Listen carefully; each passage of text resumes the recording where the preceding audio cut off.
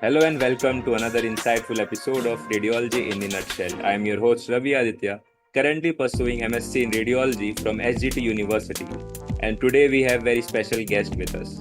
Joining us is Mr. Abhishek Kumar, a highly respected radiographer cum technical in charge at Department of Diagnostic and Interventional Radiology, AIMS, Raebareli. He is not only a frontline professional in the field of medical imaging, but also an active researcher and the president of IRCT Raebareli Academic Club. In this episode, we will diving deep into the topic that extremely helpful for students and aspiring radiographer, especially how to prepare for radiographer jobs in government hospital like AIMS and other big medical colleges and hospital. तो sir सबसे पहला आप मतलब question ये है कि आपको क्या इंस्पायर किया रेडियोग्राफर बनने के लिए, मतलब आपने क्यों ये कोर्स सिलेक्ट किया? First of all, thank you, Ravi, for your nice introduction. First of all, I want to congratulate you. You are doing a very great job to present the things in a podcast like manner, and you are doing a very great job in the field of radiography. And best wishes for your future, and to you and for your channel. And Thank you, sir. Thank you for the invitation. So, just what is your first question? Sir normally कि मतलब आपने ये course क्यों select किया, आपको क्या inspire किया radiographer बनना चाहिए? क्योंकि मोस्टली कोई भी 12th करता है तो उसके बाद सबसे पहला चीज उसके दिमाग में मेडिकल फील्ड में जो आती है वो नीट करनी चाहिए। तो आप ऐसे क्यों कोर्स सिलेक्ट किया ये? एक्चुअली मेरा जो क्लास 12 में जब मेरा कंप्लीट हुआ तो उसके बाद मैंने भी नीट में जो है मैंने अटेम्प्ट लिए थे, बट कुछ चीज़ें थी जिसमें स्कोरिंग की वजह से कह सकते हैं। फिर मैंने जो है उत्तर प्रदेश में UPUMS यूनिवर्सिटी है, Uttar Pradesh university of medical sciences, Saifai में है, जो कि इटावा में। तो उसका एक एग्ज़ाम होता है UP CP net, combined paramedical and nursing entrance test. Now it's converted into UP Atal Bihari paramedical entrance examination. So उस समय कुछ ऐसी कंडीशंस थी मेरी कि मैं जो नीट के मैक्सिमम अटेम्प्ट्स नहीं दे सकता था, तो मैंने फिर अपनी फील्ड जो है रेडियोलॉजी और इमेजिंग के कैरियर में स्टार्ट किया। Because radiology is a very interesting branch to help to diagnose the disease with the proper way, and there is an interesting physics, radiation physics behind the imaging modality. So first of all, मैंने जो है मेरे जो बड़े भाई अभी इस समय नहीं है इस दुनिया में, उनको ब्लड कैंसर हो गया था। तो मैं बता रहा हूँ मेरी जर्नी की शुरुआत कहाँ से हुई थी। तो उनको जब ल्यूकेमिया हुआ था, ब्लड कैंसर, तो वो एडमिट थे हमारे यहाँ SGPGI लखनऊ में जी। तो सबसे पहले मैंने फर्स्ट CT स्कैन मशीन जो है मैंने वहीं पे देखी थी।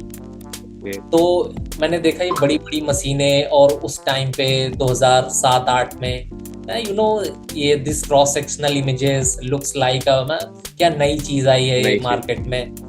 तो बहुत अच्छा सा देखने में लगा कि ये बड़ी बड़ी मशीनें क्या हैं, मैं इनको हैंडल करूंगा आगे चल के। तो फिर मैंने आगे चल के एंट्रेंस एग्जाम दिया, and then I got 150 rank in all UP state, then get the admission of BSc radiology and medical imaging technology in UPUMS। तो यहीं से जो है कैरियर की मेरे शुरुआत हुई। अच्छा सर, अब हम थोड़ा प्रिपरेशन की तरफ चलते हैं, गवर्नमेंट एग्जाम की प्रिपरेशन की तरफ। तो अगर मैं पूछूं कि कोई एलिजिबिलिटी क्राइटेरिया होता है, कोई भी गवर्नमेंट हॉस्पिटल में जॉब्स निकलती है, अब जैसे कि सर एम्स में निकलती है, RRB में निकलती है, ESIC में निकलती है, मतलब DSS में, बहुत सारे में निकलती है जॉब। तो इसमें सबसे पहला जो की क्राइटेरिया होता है वो क्या होता है? एक्चुअली जो जितने भी ऑटोनोमस बॉडी हैं लाइक एम्स, जितने भी ऑल इंडिया एम्स हैं पूरे इंडिया में, जिपमर हो गया जी, PGI-MER Chandigarh, KGMU, SGPGI Lucknow, RML Lucknow, मतलब जितने भी ऑटोनोमस बॉडी हैं उसमें जो main eligibility criteria that is BSc honours और BSc plain radiography of 3 years courses. Now there are implementation of National Allied and Healthcare Science Yes, sir. Bill. Yes, तो sir. अब हमारे केस जो है, हमारा जो कोर्स है वो 3-3.5 साल से कन्वर्ट होके 4 साल का हो गया है. बट जब मैंने बीएससी परसीव किया था अपना, तो उस समय 3.5 ईयर का कोर्स था मेरा. 3 months academic programme and 6 month internship. हमारा भी इतना ही था sir.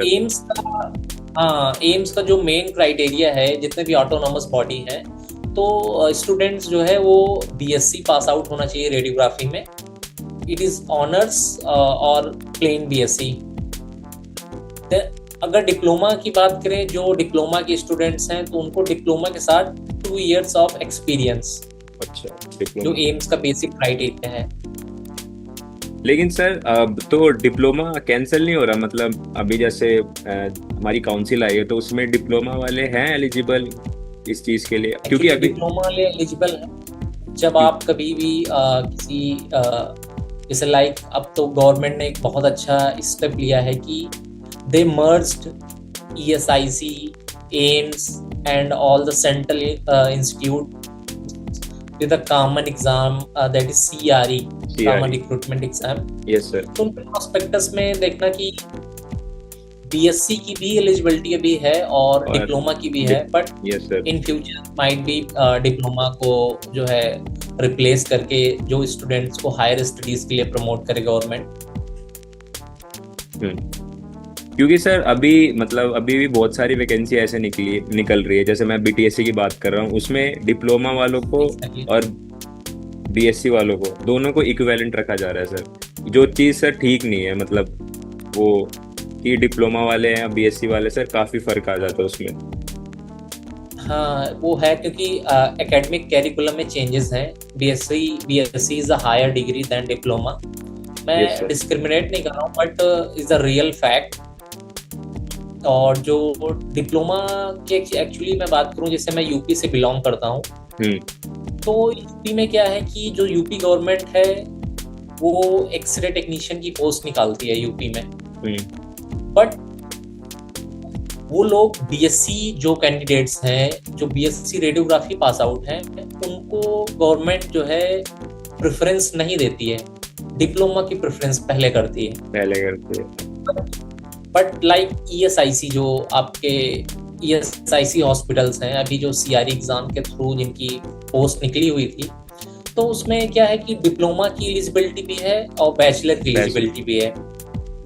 Because many of my juniors get selected in many ESIC hospital across the India. Okay. So it's a good thing, but in UP there is the only eligibility of diploma candidates. तो sir अभी आपने बताया कि क्या क्या criteria होते हैं, तो मतलब अभी कॉमनली कौन से एग्जाम होते हैं सर रेडियोग्राफर के लिए? कौन से? एक तो आपने बता दिया एम्स CRE होता है जो पूरे इंडिया लेवल पे होता है. अब स्टेट लेवल पे होता है. हाँ, मैं एक एक करके बता रहा हूँ. एक्चुअली पहले क्या था कि जैसे बहुत सारी मेडिकल कॉलेज हैं या बहुत सारे ऑटोनोमस बॉडीज हैं, पहले अपना जो है ये लोग जितनी भी वैकेंसीज आती थी उसका एडवर्टाइजमेंट्स अपनी वेबसाइट पे करते थे. और ये CRE जो है ये अभी पिछले 2 साल से आया हुआ है, तो ये बहुत इजी हो गया है. जितने भी नॉन मेडिकोज हैं, लाइक जितने भी अलाइड हेल्थ केयर प्रोफेशनल्स हैं, उनके लिए बहुत अच्छा हो गया कि एक ही प्लेटफॉर्म पे अक्रॉस द इंडिया जितने भी एम्स हैं, जितने भी सेंट्रल यूनिवर्सिटीज़ हैं, जितने भी हॉस्पिटल्स हैं, वो उसमें पार्टिसिपेट करें और अपनी वैकेंसी एडवर्टाइज करें. So according the performance of the students counselling होगी, और जिसकी रैंक जहाँ अच्छी आएगी, जो चॉइस फिलिंग में जो कॉलेज आप फिल कर रहे हैं उसके अकॉर्डिंग आपको सीट अलॉट हो जाएगी. जिससे क्या है, एक तो पहली चीज इसका benefit, there is a proper transparency. Second thing कि आपको अब स्टूडेंट लाइफ में जानते हो जेब खर्चा बहुत मिनिमल मिलता है घर से, और हमें बड़ा बचा के चलना पड़ता है. तो बच्चा क्या है कि एक ही बार में जो एस्पायरेंट है सिर्फ एक बार फी फिल करेगा और उसी एक ही फीस से आप डिफरेंट डिफरेंट हॉस्पिटल्स के जो मर्ज आपका एडवर्टाइजमेंट है सीआरई के थ्रू आप सिलेक्शन ले सकते हैं। बट आज के 2 साल पहले क्या था कि एम्स दिल्ली अपना अलग पेपर निकाल रहा है, हाँ। एम्स पटना अपना अलग पेपर निकाल रहा है, एम्स जोधपुर अपना अलग निकाल रहा है। तो क्या था कि जो बच्चे की फाइनेंशियल बर्डन काफी बढ़ जाता था फॉर्म्स को लेके जी सर। और कई सारे लोगों को पता नहीं चल पाता। लेट सपोज अगर वैकेंसी एम्स बिलासपुर में आई, लेट सपोज हिमाचल प्रदेश में, या एम्स भटिंडा में आई है पंजाब में, तो जो साउथ इंडिया के जो कैंडिडेट्स हैं उनको नहीं पता चल पाता था कि एम्स बिलासपुर में वैकेंसी एडवर्टाइज हुई है या एम्स भटिंडा में एडवर्टाइज हुई है।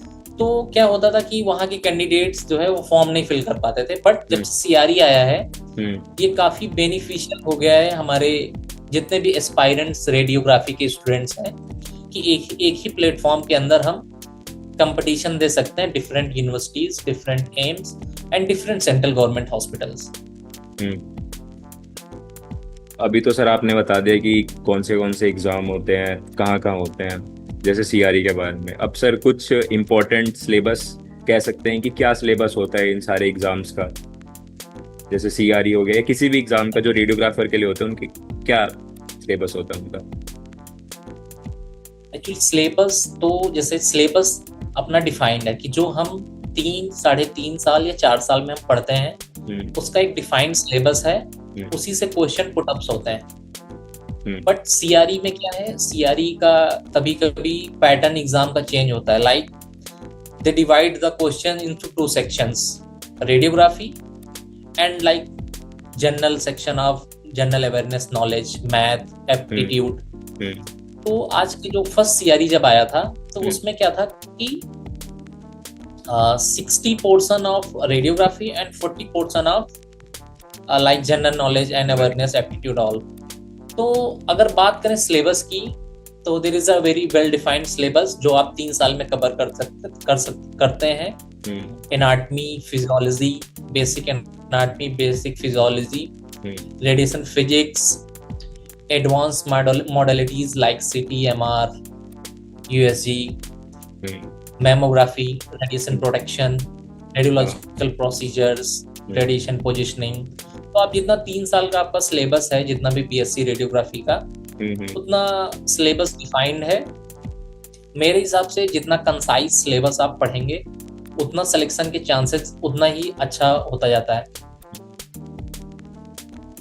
सर वही है ना, मतलब सीआरई में अभी जैसे मैंने भी एमसीआरई दिया था तो उसमें मोस्टली तो सर एक्सरे के ही क्वेश्चन थे। सीटीएमआर के बहुत ही मतलब सीटीएमआर के मोडेलिटी के ऊपर क्वेश्चन थे, लेकिन एक्सरे की फिजिक्स के ऊपर भी क्वेश्चन थे और कुछ प्रैक्टिकल क्वेश्चन भी थे, बाकी सब जीके वगैरह यही सब थे। हाँ,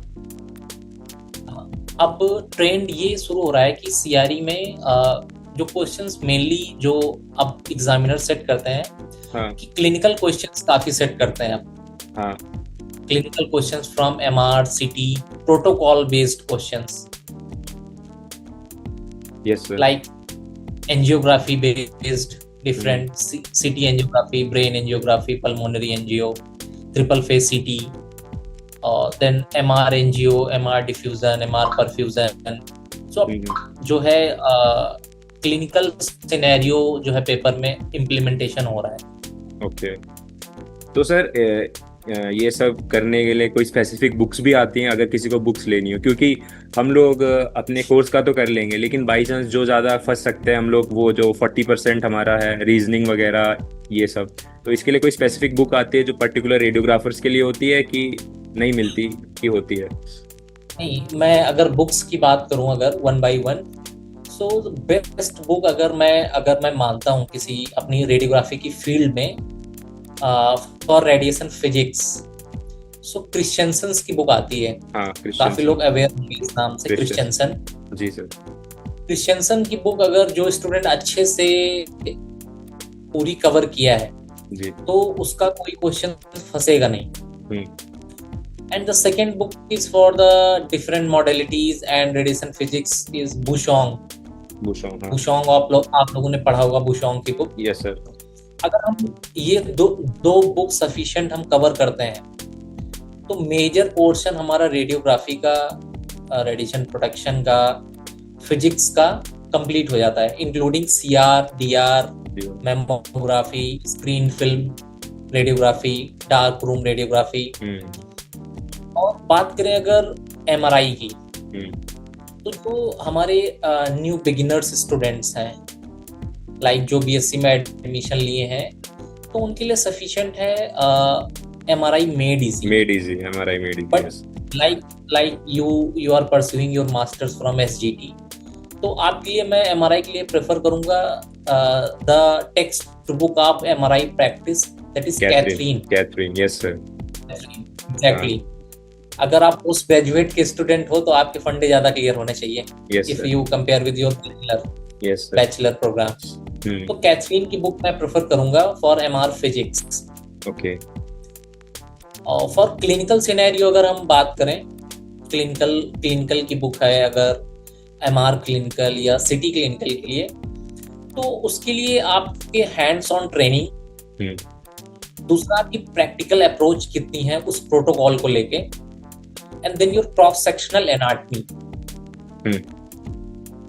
अगर मैं कोई बुक अगर मैं सजेस्ट करूं और ये सिटी के लिए या सिटी प्रोटोकॉल बेस्ड, तो एक सिटी की बुक आती है, इसकी मैं अभी समय नाम मेरे माइंड से स्लिप हो रहा है, मैं बट इस सेशन के लास्ट तक मैं नाम डिक्लेयर कर दूंगा उस बुक का, मुझे जैसे याद आएगा। एक मेरे पास बुक है सिटी की, उसमें क्लिनिकल सिनेरियो बेस्ड अच्छे क्वेश्चंस दे रखे हैं एंड प्रोटोकॉल बेसिस पे अच्छे क्वेश्चंस उसमें दे रखे हैं, तो वो बुक आप फॉलो कर सकते हैं। मतलब सर ये तो सारी मतलब हमारी थ्योरी के बेसिस पे हो गई। अब जैसे हम लोग जो पेपर देखते हैं वो मोस्टली सर मल्टीपल चॉइस में होते हैं, तो सर वो मल्टीपल चॉइस प्रैक्टिस करने के लिए, जिसमें जैसे मैंने एक बुक खरीदी थी जो ऑनलाइन मंगाई थी, मतलब ऐसे कोई ऑथर की नहीं थी, वो ऑनलाइन ही देख के मंगाई थी, जिसमें प्रीवियस 10 ईयर्स के सारे क्वेश्चन पेपर थे कि मतलब हर गवर्नमेंट एग्जाम के। तो वैसी कोई अच्छी बुक जिसके अंदर सर हमको एक्सरेज, रेडियोग्राफी के भी मिले और जो हमारे रीजनिंग, मैथ्स, एप्टीट्यूड इन सब के भी मिले हमको, ऐसी कोई बुक बढ़िया अच्छी किसी अच्छे पब्लिकेशन की? हाँ, देखो मार्केट में क्या है ना, बुक्स आजकल जमाना एआई का है, आर्टिफिशियल इंटेलिजेंस, चैट जीपीटी, तो मार्केट में बहुत सारी बुकें हैं, बट हमारे पास कंटेंट जेन्युइन होना चाहिए, अच्छे पब्लिकेशन का होना चाहिए और ऑथेंटिकेटेड होना चाहिए। जी सर। तो मैं जो 2-3 बुक्स प्रेफर करूंगा, सो अगर बेसिक्स की बात करें, बेसिक्स एमसीक्यूज के लिए अगर कोई बुक लगानी है आपको, so you can start from मॉसबी एक बुक आती है आपके सिटी के लिए भी आती है और जनरलाइज्ड रेडियोग्राफी के लिए भी आती है। One is Mosby and second one is Lange की बुक आती है। आप अगर ये दोनों अच्छे से फॉलो करेंगे तो आपका कंपटीशन एग्जाम काफी इजी हो जाएगा। और कई सारे बेसिक्स क्लियर करने हैं, तो that is SK Bhargava MCQs. SK Bhargava text book भी आती है एसके भार्गवा की। हाँ, एसके भार्गवा की टेक्स्ट बुक आती है, वो भी अच्छी है, और एसके भार्गवा की जो है एमसीक्यू बेस्ड क्वेश्चंस भी आते हैं। Actually S K Bhargava is from retired professor from UCMS, where I did my post graduation. Okay. University college of medical sciences. और तो अगर आप ये जनरलाइज्ड बुक फॉलो करेंगे जो मैंने भी बताई हैं आपको, या जो भी एस्पायरेंट्स कैंडिडेट्स हमारी रेडियोग्राफी के, तो उसके लिए बेस्ट होगा। और ऑथेंटिकेटेड कंटेंट ही पढ़ें, जनरलाइज्ड हो, कॉन्सेप्चुअल और लिमिटेड हो। और अगर बात करें लाइक कि अब जैसे कई सारा पोर्शन ऐड हो गया है अपनी रेडियोग्राफी एग्जामिनेशन में कि जनरल नॉलेज, तो आपको डेली टू डेली प्रैक्टिस है, न्यूज़पेपर्स, न्यूज़ कटिंग्स, आपके जो भी आप इंटरनेट सोर्सेज से जितना गैदर कर पा रहे हैं इंफॉर्मेशन, या फिर आपके कई सारी लूसेंट्स वगैरह की बुक आती हैं जनरल नॉलेज की। हाँ, और अगर बात करें मैथ, रीजनिंग, एप्टीट्यूड, तो मैंने क्या है, जो मैंने अपनी लाइफ में, मतलब जो मैंने यूज किया है, मैं तो यूट्यूब से किसी एक अच्छे टीचर को पकड़ लो जो जो proper general knowledge, math, aptitude पढ़ाते हैं, आप उनको प्रॉपर फॉलो कर सकते हैं। उसके लिए काफी काफी मटेरियल है यूट्यूब पे। ठीक है सर। तो सर हम लोग बात कर चुके हैं बुक्स वगैरह के बारे में, सिलेबस के बारे में। तो बाय चांस अगर I just want to add one thing। जब मैं सिटी की बात करता हूँ जिस बुक की, जिसमें क्लिनिकल सिनेरियो ज्यादा दिया हुआ है, that is CT Louis. Author का नाम जो Louis, CT text book Louis. अच्छा ठीक। तो सर इसके पीडीएफ वगैरह अवेलेबल है? हाँ, पीडीएफ वगैरह अवेलेबल है, आई कैन सेंड यू। हाँ, तो सर मैं यही बोल रहा था कि कौन सी ऐसी कॉमन मिस्टेक्स है जो कि कोई कैंडिडेट फॉर्म फिल करते टाइम कर सकते हैं आपके हिसाब से, जो हमें आगे जाके दिक्कत फेस करना पड़े? एक्चुअली जो मेजर मिस्टेक्स हैं जो स्टूडेंट ज़्यादातर करते हैं, सबसे पहले अपना नाम और जितना भी कैंडिडेचर है वो बिल्कुल सही फिल करें। अब क्या है कि एम्स एक सर्टेन डेडलाइन देता है कि आपका जो कास्ट सर्टिफिकेट है वो इस ड्यूरेशन के बीच का होना चाहिए। मेरे कई फेलो जितने भी मेरे पुराने जो रहे हैं क्लासमेट्स, कुछ लोगों ने ये गलती किया था कि फॉर्म भरते टाइम पे उन्होंने उस ड्यूरेशन का कास्ट सर्टिफिकेट नहीं बनवाया, जिनकी वजह से उनको सीट नहीं मिल पाई। तो वो एक कास्ट सर्टिफिकेट का ड्यूरेशन मेन जो होता है वो आपको चेक करना चाहिए प्रोस्पेक्टस में कि कितने टाइम से कितने टाइम के बीच का मांगा हुआ है। देन उसी के आगे हिसाब से हमें आगे प्रोसीड करना चाहिए। और आप एलिजिबिलिटी क्राइटेरिया में आप अपना जो सर्टेन जो कोड दे रखा कोर्स का, आप वही सेलेक्ट करें कि आपने ये डिग्री कर रखी है। तो जो कॉमन मिस्टेक्स हैं वो यही हैं, उनको अवॉइड करना चाहिए। तो सर जैसे हमने एग्जाम क्लियर कर लिया, जैसे हमारा डॉक्यूमेंट वेरिफिकेशन हो गया, तो उसके बाद कोई इंटरव्यू भी होता है इसमें? नहीं, अभी एम्स में जो सीआरई के थ्रू जो भी रिक्रूटमेंट होते हैं रेडियोग्राफर्स के वैकेंसी के जी, तो there is only written exam, CBT exam computer based, then document verification, there is no interview. ठीक है सर।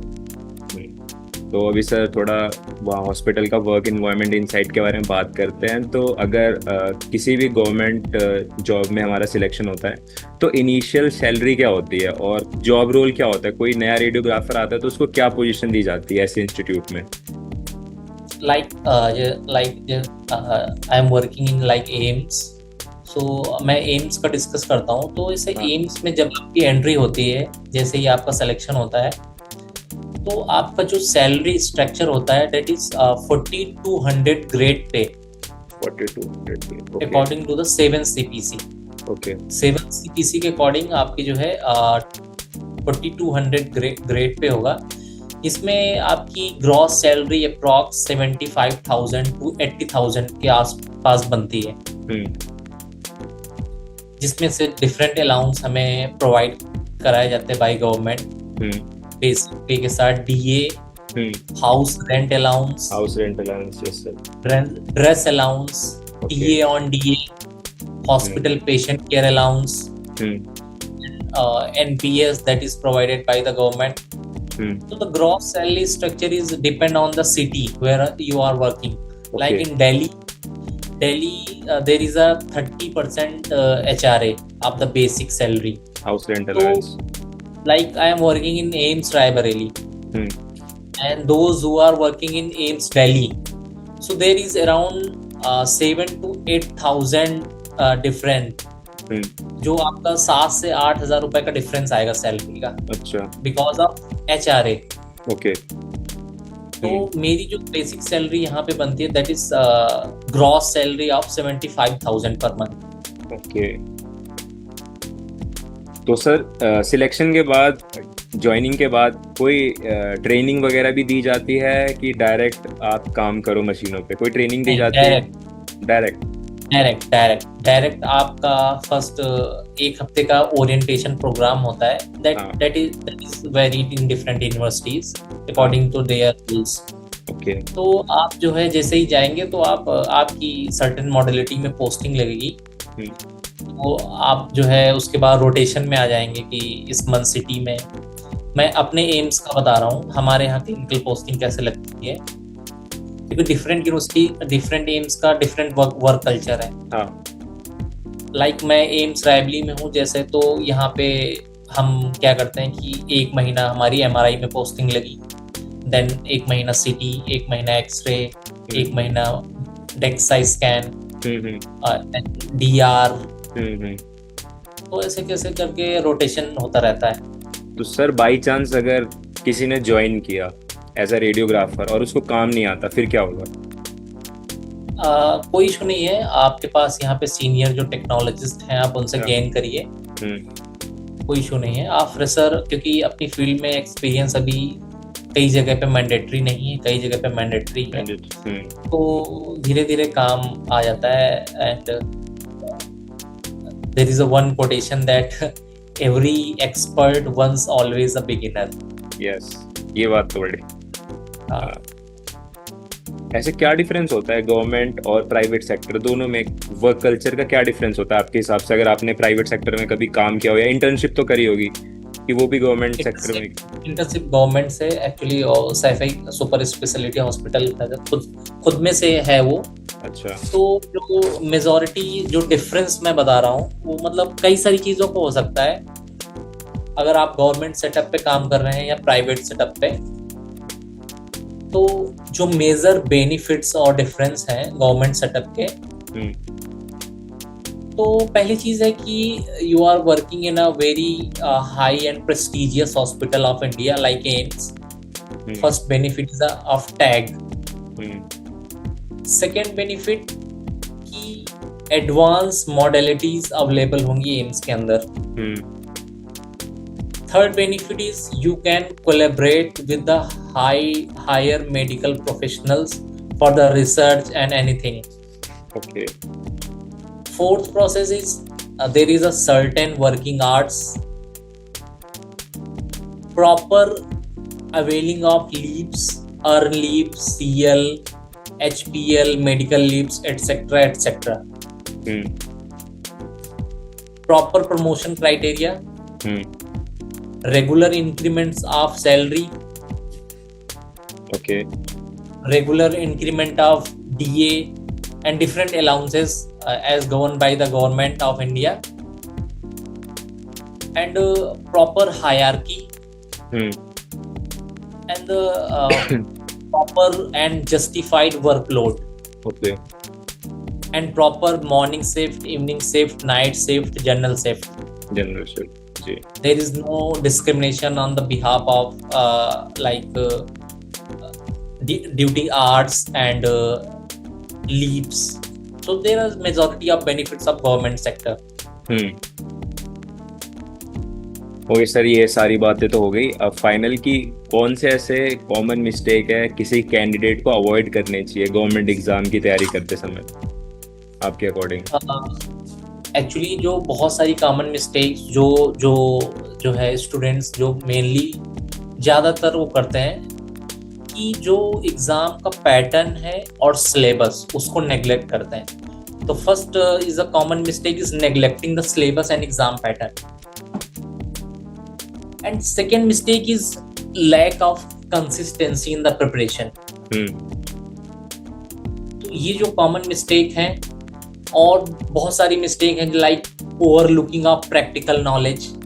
कई सारे बच्चों को लगता है कि बस हमने थ्योरी पढ़ ली और हमारा थ्योरी से ही हो जा रहा है, बट अब time to time pattern change हो रहा है एग्जाम का। So you does not overlook the practical knowledge. ignoring and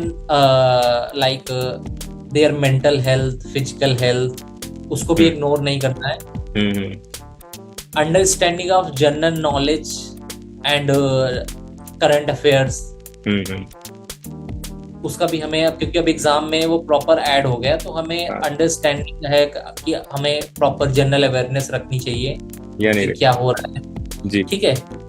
सो और प्रॉपर हमें मॉक टेस्ट जो भी हम MCQs लगा रहे हैं उनको हमें प्रॉपर तरीके से हमें करना है, ठीक है। और एक हमें जो है अब बोलते हैं ना कि आजकल जो प्रॉपर टाइम के साथ अपडेट नहीं है वो पीछे रह गया, तो हमें प्रॉपर हाँ। अपडेट रहना है, स्टे अपडेटेड और be focused on a concise syllabus, concise practical and concise knowledge. Hmm. और अगर लगता है कि हमें किसी से गाइडेंस चाहिए, so better is a group study, group study prefer करना चाहिए। और व्हाट फाइनल टिप और कोई मोटिवेशनल एडवाइस जो कि आप स्टूडेंट को देना चाहोगे जो अभी करंटली परस्यू कर रहे हैं या प्रिपेयर कर रहे हैं? जो मेन टिप्स और मोटिवेशनल जो भी गाइडेंस है, that is stay consistence, stay positive, do not ignore your physical and mental health, ठीक है, learn from every mistakes. Okay exactly sir, बहुत ही ज़्यादा मतलब सीरियस क्वेश्चन हो गए। सो अभी पॉडकास्ट को एंड करते हैं क्विक रैपिड फायर से। तो मैं कुछ क्वेश्चन पूछूंगा, 7-8 क्वेश्चन, जो आपके माइंड में आता है पहले आप वो उसका आंसर दे देना, ठीक है सर? एग्जैक्टली। हाँ, तो अगर मैं बात करूँ कि आपकी फेवरेट मोडालिटी कौन सी होगी, एक्सरे, सीटी, एमआरआई, सबसे फेवरेट मोडालिटी और क्यों? एमआरआई क्यों? कि मुझे एडवांसमेंट पसंद है, और मैं बीइंग अ पीएचडी स्कॉलर, मैं जो है रिसर्च में इंटरेस्ट रखता हूँ। हाँ। और अभी मैंने 1-2 ऑनगोइंग प्रोजेक्ट्स हैं वो एमआरआई पे डाल रखे हैं। तो मैं मतलब मुझे अपडेटेड रहना पसंद है, और टाइम टू टाइम क्या मॉडलिटी में चेंजेस आ रहे हैं, क्या सीक्वेंस में चेंजेस आ रहे हैं, how can make it meaningful, how in the way you can utilise from the proper medical imaging to help to the diagnosis. Okay, कौन सी शिफ्ट ज़्यादा पसंद है आपको, night shift, evening shift, morning shift, कौन सी ज़्यादा पसंद है?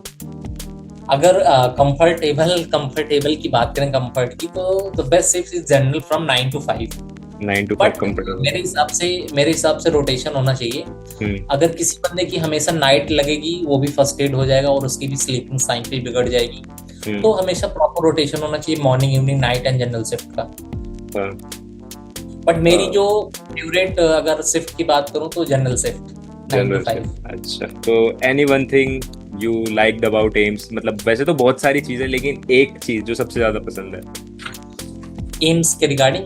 हाँ सर, एम्स में सबसे ज्यादा एक चीज जो आपको पसंद है एम्स की। Actually, being a very renowned institution, I like AIIMS to working in AIIMS. Okay, and sir duty hours के टाइम पे क्या ज्यादा चलता है, मतलब टी चलती है या फिर कॉफी चलती है ज्यादा? हाँ, चाय, वो भी कुल्हड़ वाली चाय। बेस्ट, यूपी वाले लोग और बिहार वाले लोग का कुल्हड़ चाय सर, कॉफी से तो कॉफी बस दिल्ली है, गुड़गांव वाले लोगों को कॉफी पसंद है।